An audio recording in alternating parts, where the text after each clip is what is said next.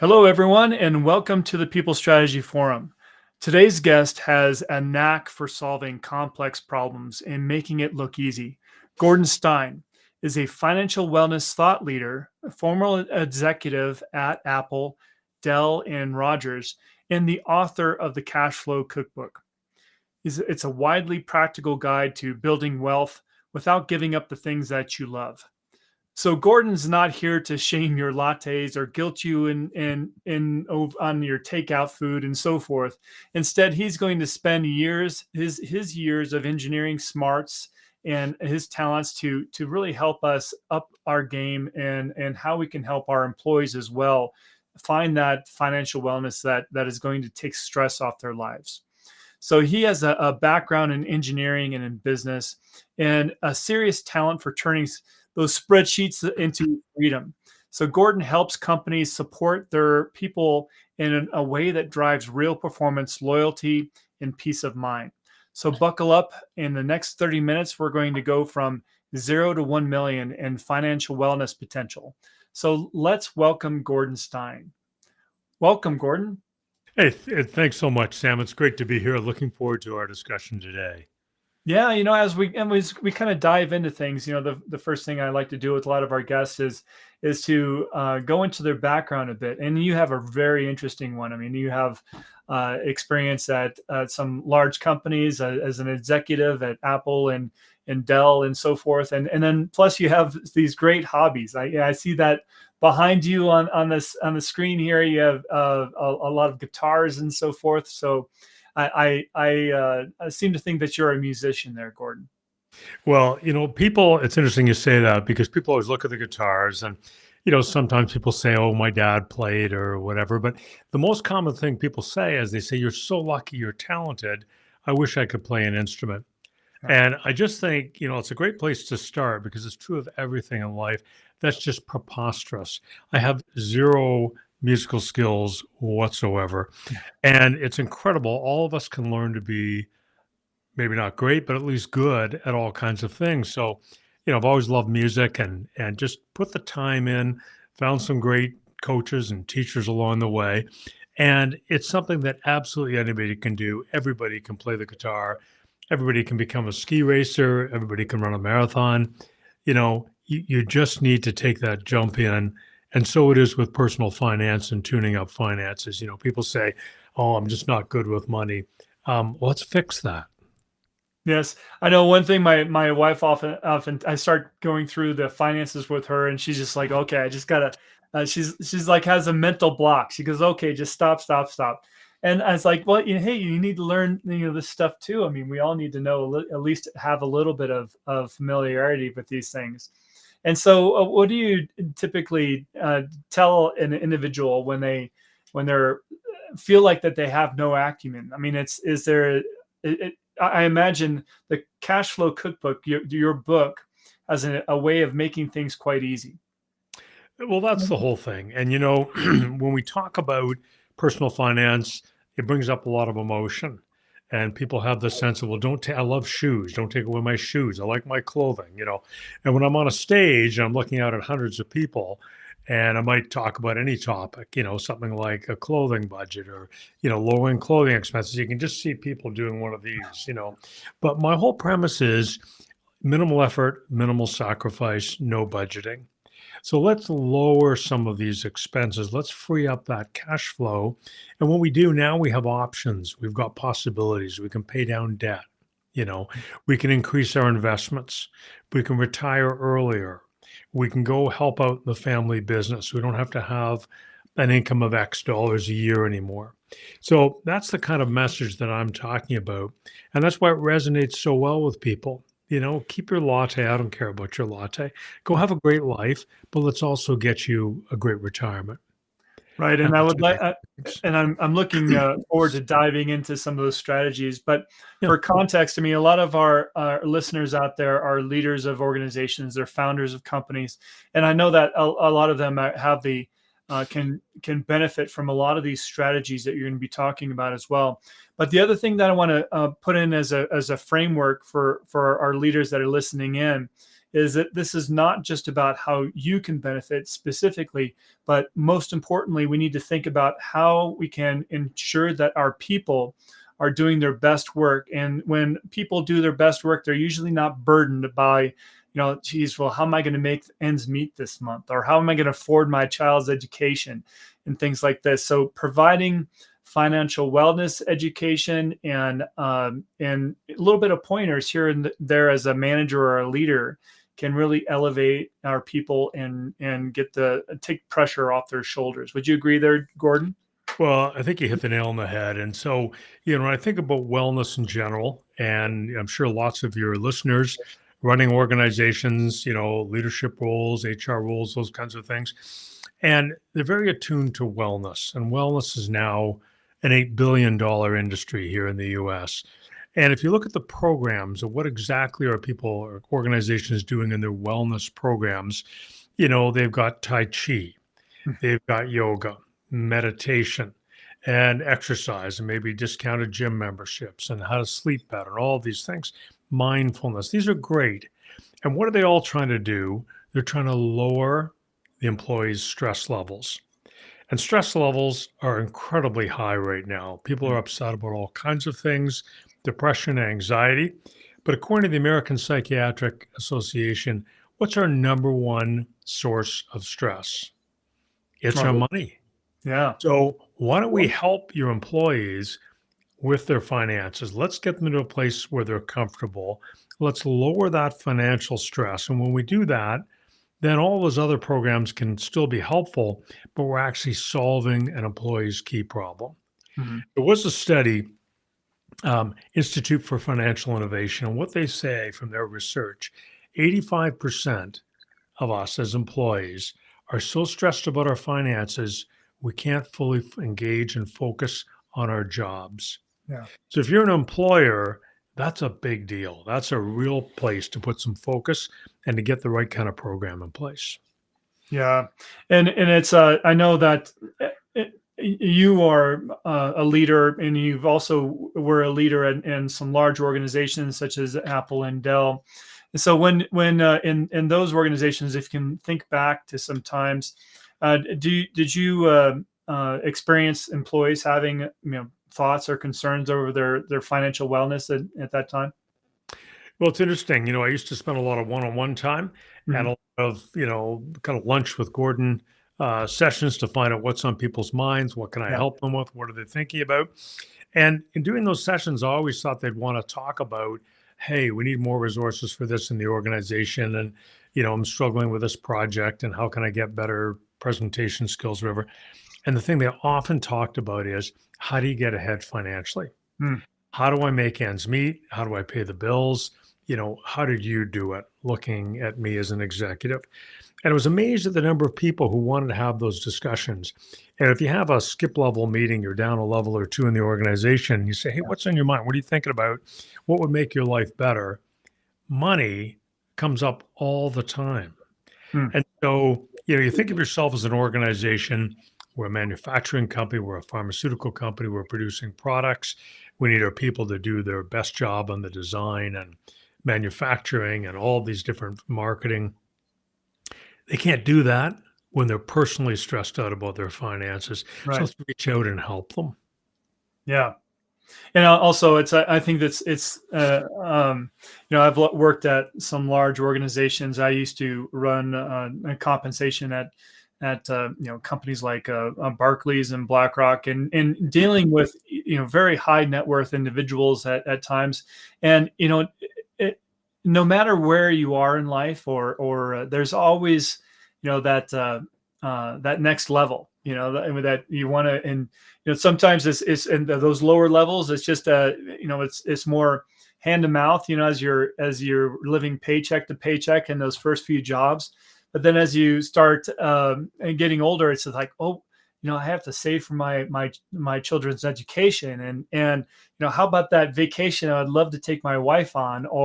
And then it comes into retirement, and how can I do this in style with the comfort that I enjoy now? And so there's a lot of different things, different points of life that we have.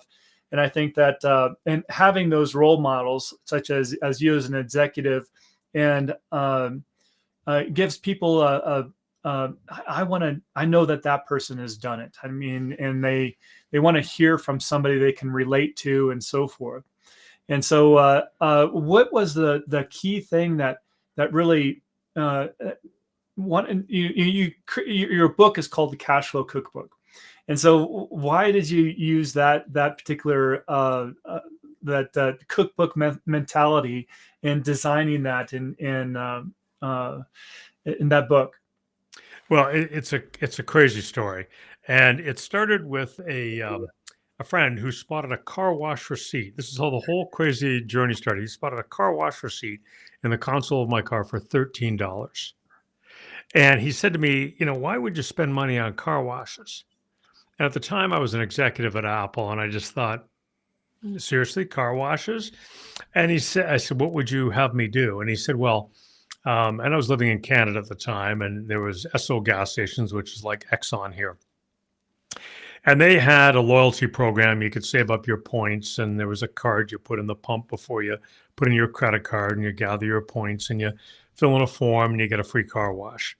Anyway, I dropped him off. I was driving him somewhere, and I thought that's got to be the dumbest financial idea ever. Who wants to save money on car washes? But I signed up for the program, and then they had a little keychain dongle so I could pay for my gas. Didn't have to take my credit card out of my pocket, and it would track the points. And I got these free car washes. I thought saving about $25 a month, and who cares? I mean, literally at any income level, $25 a month is not, material. Yeah. But it was so easy, and I didn't give anything up. And that sparked my curiosity, and I built a list of these ideas, things that save at least $25 a month, giving up nothing. Well, the list grew and grew. It became this pet project, some would say an obsession. Well, the list grew to $13,000 of monthly savings ideas. Wow. Yeah. All giving up nothing. And some were $25 a month, some were several $100 a month. And I put them in a spreadsheet, and I future valued them. If you invested the difference, would that make a difference? It was millions of dollars. Huh. And I took it to my accountant, and I said, hey, there's got to be a math problem in this. Can you go through it? And he said, this isn't just a spreadsheet. He says, this is a book. And this is a book that everyone should read. And so I was excited, and I had my characters and my plot line. I was going to write this great financial novel that was going to help everybody. And I sat down to write it, and there was all of these ideas, and there was all of these numbers, and it just didn't fit a novel. It was terrible. Yeah. And so I packed it in, I gave it up. And then a couple weeks later, under my breath, I said, it's more like a cookbook. And these are discrete ideas. They're like recipes for saving on every category of spend.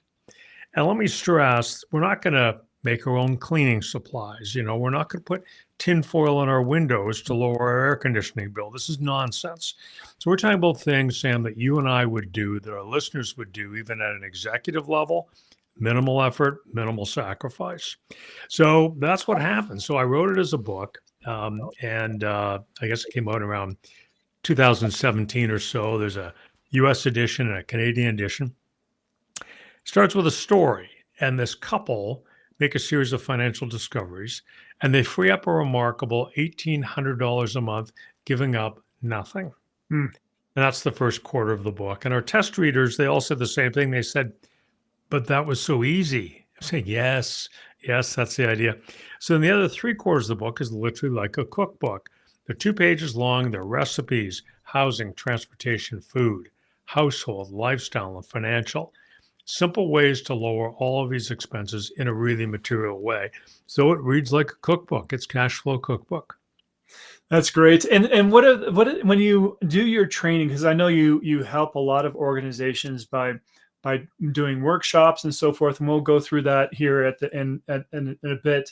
But what do you find is the most impactful elements that in these workshops that people grab onto? Well, I think it's just exactly what we've been talking about, Sam. It's this idea that they can fix their finances while giving up nothing. Yeah. So, there's a lot of analogies between fitness, wellness, and finances. People often draw parallels. So the book and these concepts, this is like a way of getting 6-pack abs, getting your washboard stomach while drinking beer and eating chocolate cake. It sounds preposterous, but people love it because it's simple. They can do it. And once you make these changes, you get those savings forever, you Mm. know. So, super quick example, I live in a vintage home in the Midwest. Um, Made a handful of changes. We sliced our electric bill in half. Went from $200 a month on average to $100 a month. Handful of projects, not a ton of money, but I get those savings forever.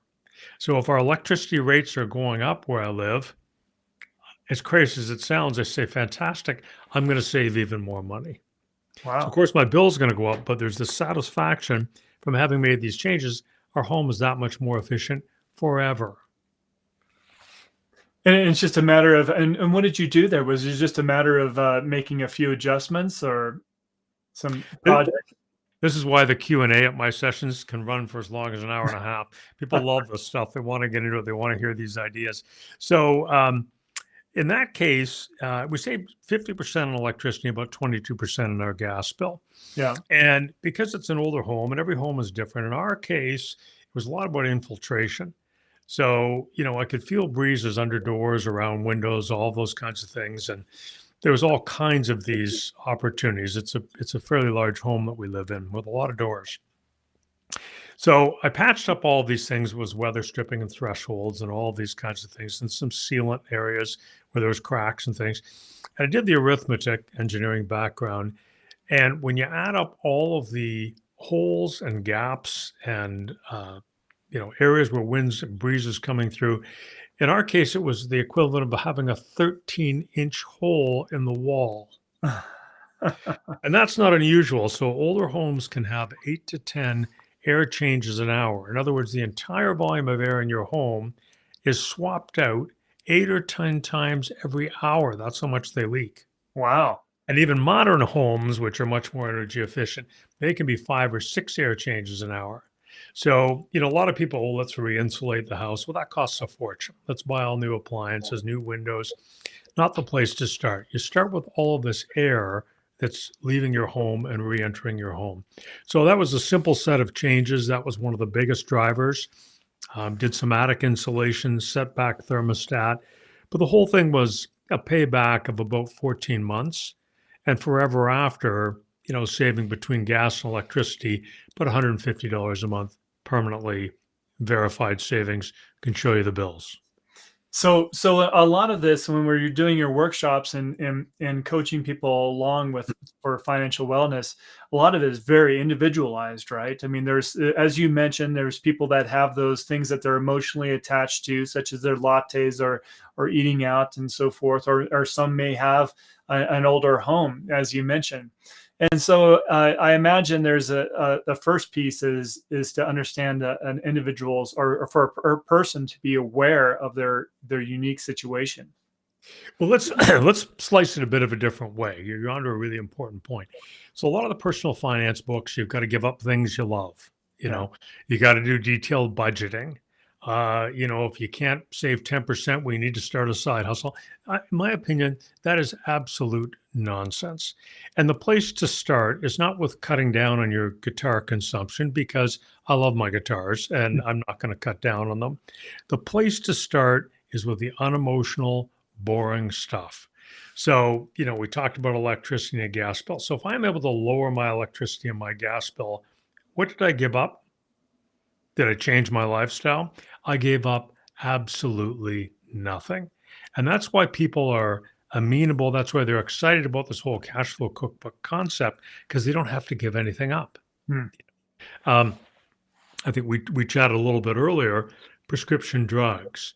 So I saved 94% on a prescription drug that I have to take by looking at a different way of getting those pills. So instead of getting them at the brand name pharmacy, I found an online provider. They deliver to my home. I don't even get in my car. I don't spend the gas. I don't drive. I don't have to park at the drugstore. I don't waste the time. My pills just show up every month.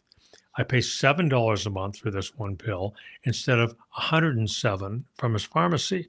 So Wow. there's another $100 a month. And what did I give up? Well, I didn't give up anything at all. I gave up driving to the drugstore to get my pills. They just show up at the house. So these are just a handful of examples.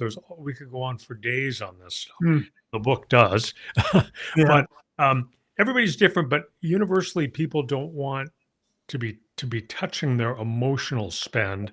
But if it's their cell phone bill, their TV cable bill, their streaming bills, their pharmaceutical drugs, their medical bills, their medical deductibles, yeah, everyone's down for lowering those because they give up nothing. Once we get excited about that, we see the difference. Now we can have a conversation on some of the more emotional things: dinners out, travel, clothing. But all of these can be done at significantly less cost. There's no yelling, there's no screaming, there's no negotiating. It's Mm. just getting a little bit smarter on all of them. Now you mentioned budgeting and so forth, and so what is your approach to? I mean, you mentioned that you don't have to have these budgets and so forth. So, what is the best way that you find that people can manage your spending without having a strict budget like that? Let me ask you this, Sam. If you said to your wife, hey, this weekend, let's take some time and do some detailed financial budgeting. Sounds like a How's that blast. You're in the garage, you're sleeping in the garage. Okay. Yeah, that's The right. point is, nobody likes the budgeting, but what are we trying to accomplish with budgeting? Well, we're trying to get some control. But I would assert that budgeting is really not an effective way of getting that control, because you've got to define these categories. And what happens every month? Something that you didn't expect. So you can budget $100 a month for car repairs, but that month you need a $700 brake job. So then the budget blows up, and then we kind of want to give up.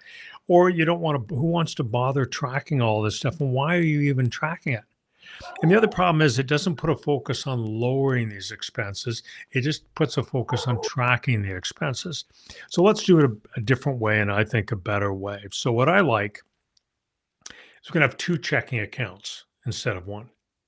And the first one is all these monthly recurring bills: car insurance, home insurance, life insurance, disability insurance. It's our water, sewer, gas, electricity. It's the cell phone bill, the TV cable bill. All these are subscriptions, all these monthly recurring bills. They don't change much. They're there every month. So instead of mashing it all together in one checking account, or a joint checking account, even worse, because now the other one doesn't know what the other one's spending, and then you ran Right. out of money, all this stuff. So we're going to have a single or a joint account that's going to pay these recurring monthly bills, automatically paid. It's going to be fed by a part of your paycheck every month. Okay. Now, when we do that, they're in the crosshairs, and that's the place to start. We're going to lower our gas bill, electricity bill, our cell phone bill, all of our car insurance, home insurance, life insurance, disability insurance, all of these monthly recurring bills, every single one of them, down to and including your mortgage and your house taxes, all of these things, they can all be lowered, giving up nothing. So that's the first thing that we're going to do. And now we don't need to budget those things because we know what the bills are. They're coming every month. Why am I going to track my cell phone bill every month? What's to track? It's Mm. $140. But while we've got them all in this one account, we're paying out of that account. Let's go and systematically lower each and every one of them. And as we do, we're going to take the funding that was going into that thing, and we can bring that number from 4,000 to 3,000, let's say. Now we're going to put $1,000 more a month into future things, wealth building things, Mhm. a rental property, a 401k, a Roth IRA, whatever it may be. So now we made a handful of changes. They stick forever. There's nothing to keep doing. Once you lower them, they're lowered. And now we're going to start building our wealth. Okay. Second account is our more emotional, non-recurring things: clothing, travel, dinners out. But once we've shaved down these recurring bills, now we've got an appetite for thinking about this stuff. So now we're going to get a little bit smarter on some of these. Maybe they're luxury things, or they're our passion kinds of things: dinners out, travel, etc. We're still going to have them. We're just going to get them smarter. Okay. So Mhm. as we do that, now we're freeing up more cash flow. So a perfect example behind me, at retail, would be about $15,000 worth of guitars. And they're beautiful. They're fun to play. They're one of my passions. Did I play anything close to $15,000 for those? No, I didn't. Did I haggle and yell and beat people down on the price? No, I got them all used. Hmm. So I found out that 94% of people who take up the guitar, they give up within the first year. Ah, right. What does that mean? An awful lot of pristine guitars for about half the price of retail. There's websites where you can go and find exactly the one you want. Hmm. So we're just going to do all this smarter. You never give up things you love. You just buy them smarter. Well, let's talk a little bit about debt because I know that a lot of Americans seem to love the credit card and pay money to their creditors instead of building their own wealth. What do you typically advise around that? Well, then we get into it's a great topic. You get into the whole thing of what do you do with all this cash you free up? And usually the answer is, and you probably people want to consult with their own financial advisors, accountants, but if you're paying, let's say, 25% interest on credit card debt, there is no investment on earth that's going to come close to that for a few reasons. So, depending on your tax bracket, after tax, you might be paying 35% effective interest because you've got to earn the money. You got to pay the tax on it to get to be able to pay that 25% interest on the debt. So, you're really talking about, and the other point is that it's risk free Hmm. because you have to pay it off. So if I have an investment in a company, maybe it's a bit speculative kind of company, well, the company might falter. So I might not get the 15% return I thought I was going to get. I might lose everything. Now Hmm. you got to turn your head around upside down here for a second. But if we're paying down a debt, that's risk free. You owe the money, you have to pay it back. Yeah. So by paying it back, you're absolutely going to increase your wealth because you're lowering your debt, right? So now if you owe that money, probably the number one place to go is to pay down that debt. And a lot of people look at it, they've gotten out of control, they've got a big load of debt. So I think the most important thing to do is let's stack rank these debts by interest rate. Credit card is a five alarm blaze, needs to be dealt with immediately, if not sooner. So normally what you've got to do is you've got to crush your lifestyle down to free up the cash flow Hmm. to pay off that debt. Well, why do that? Why don't we make a whole bunch of simple changes like the kind of thing we talk about in Cash Flow Cookbook? And not difficult to free up 1,000. People tell me 1,500, 2,000, $2,500 a month.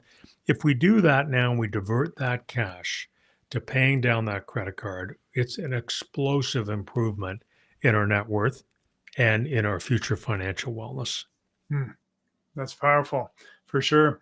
So Gordon, I mean, back to the concept of our leaders out there Yep. that want to make sure that their employees have financial wellness and are able to maximize the paycheck that they earn every month. I know you have a variety of workshops in addition to your book. Can you tell us a bit about those? Yeah, I really focus on custom. So, if we're going to be doing a session for executives, because many executives are not in great financial shape either. Hmm. It's not like the $50,000 earners have the troubles and the $500,000 earners are not sweating about their money. They are. And that those issues run right across. But I think it has to be custom, which is why all of the things that I deliver are custom. I work with a company and we talk about, hey, let's talk about the gender mix. Let's talk about income levels. Let's talk about where they're struggling and what's happening in the company. Because in many cases, you'll have a situation where, people are really stressed about their income and they're fussed about, hey, how come the raises aren't that big this year? I only got a raise of X dollars. So that's what the company can afford to do. But let's change their whole perspective. If we can improve their spending while they give up nothing, suddenly they've got more income. Hmm. And from a company perspective, it means they can now contribute to their 401ks. A lot of companies have contributory 401ks with really low enrollments. And why? I just don't have the money. I've got all these obligations. So that's why it's important to do the programs in terms of what we can deliver. You name it. I've done ones that are an hour-long virtual session. Let's get everyone a copy of the book and we talk about the book and how to use it. Powerful, makes a huge difference. Great if you've got employees scattered around the globe. So I've done all kinds of those. Sometimes we'll do it as an hour-long session again, with copies of the book so people get the idea behind it. And then we can expand, and I do them as workshops. So we might have an afternoon workshop, and we really start to dig deep into the book. We can take questions. I like to give people examples. We can do the research on it. And they start to feel that much more empowered with how to turn around it. And there's lots of time people can put up their hand and say, hey, can we work through my example? I've Hmm. got a family cell phone plan. We're paying $246 a month with this provider. Can we do it together and show me what you do with that bill? So now we're really starting to get it. Then people get fired up. Somebody else will say, okay, great. Let me talk about my gas bill. Hey, let me talk about my home insurance, my car insurance. How do I do this stuff? And increasingly, what I like to show them how to lower these bills is using AI. Hmm. So now let's talk about some powerful prompts that we can use. Taking any example of a bill, we were talking cell phones just as an example. Hey, I'm currently with this provider. I'm paying this much. I've got X gigs of data a month. I got a roaming plan. I got this and that. I got 3 people on the thing. How do I lower that bill? Well, it isn't just about, lowering the bill. You got to think about that particular situation. What providers can do in your area, what providers can do what you want to do. Maybe you want to say, what's the service like in my area? Well, Hmm. let's get AI and let's put it to task on that. We're living in I'll make it up, the Cincinnati area. Here's the situation. Here's what the current provider's offering. Give me those providers that have a great track record of having good signal in that area. And we want to get the price down by at least $100 a month. What are the offerings? Boom. Let's put AI to work. So I love showing that to people in workshops. Then they really get excited about it because Yeah. even that much easier. Yeah, that's great. I mean, it's especially if those new technologies coming out and being able to leverage them and this practical application is powerful. Yeah. Yeah, thank you for So that, it could Gordon. be, it could be a 1 hour virtual thing. It could be a full day session. I've done them as masterminds if that's the right fit for the company, where we come on for 6 weeks, an hour at a time, and we talk about what the employees want to do. We can do them so they're confidential. So when we run it as a Zoom, we don't let people, don't repeat the name of the person with the question, so people can feel comfortable talking about their bills. So it's all custom and it's a fit for what they want. And coming up around June, July of this year is going to be the Cash Flow Cookbook course. Ah, So it's 250 slides. You don't do it in an evening, but it's an end-to-end rewire your brain, rethink your finances, and it's easy. So that's nice. just coming together now. It's going to be going into production shortly. Yeah. Can you imagine? I mean, just the amount of money you save on these techniques. I mean, it's just it pays for something like that in spades for sure. Yes. Well, Gordon, I thank you so much for sharing your wisdom on the show today. I mean, it's been a fun conversation. I'm looking forward to diving in deeper and learning about your workshops in the future. So thank you. Yeah, sounds great. And if people want to reach out, they can reach me, Gord, at cashflowcookbook.com, or join me on LinkedIn, Gordon Stein. You'll find me in there. If you type in Gordon Stein Cashflow Cookbook, it's sure to pop up. And I'd love to get in some time and talk with all of your audience about how we can help their employees with their financial wellness. Perfect. Well, for our listeners out there, thank you for tuning in, and we'll see you next week on the People Strategy Forum. All right. Take care.